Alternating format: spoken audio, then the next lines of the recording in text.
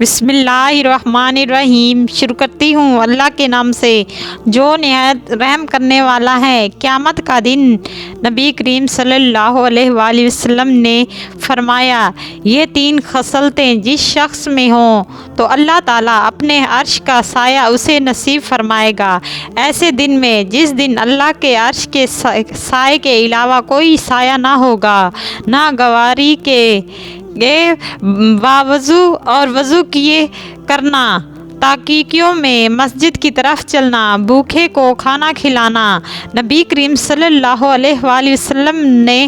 فرمایا کہ 7 آدمی ایسے ہیں جن کو اللہ تعالیٰ قیامت کے دن اپنے عرش کا سایہ نصیب فرمائے گا، جس دن اللہ کے عرش کے سائے کے علاوہ کوئی سایہ نہیں ہوگا۔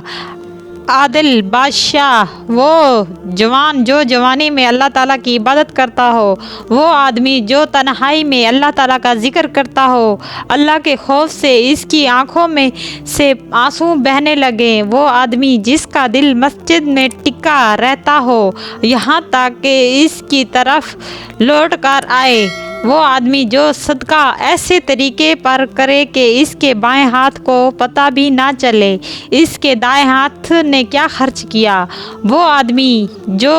آپس میں محبت کرتے ہوں صرف اللہ کے لیے، وہ آدمی جس کو کسی حسن اور جمال والی عورت اپنے طرف متوجہ کرے، وہ انکار کر دے اور کہے کہ مجھے اللہ کا خوف ہے۔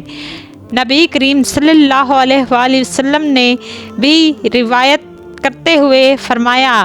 جس شخص نے تنگ دستی کو قرضے کی ادائیگی میں ماملت دی اور مہلت دی تاکہ اس سے میں کچھ عرصے تک قرضہ چھوڑ دوں، تو اللہ تعالیٰ اس کو قیامت کے دن اپنے عرش کا سایہ نصیب فرمائے گا، جس دن اللہ کے عرش کے سائے کے علاوہ کوئی سایہ نہ ہوگا۔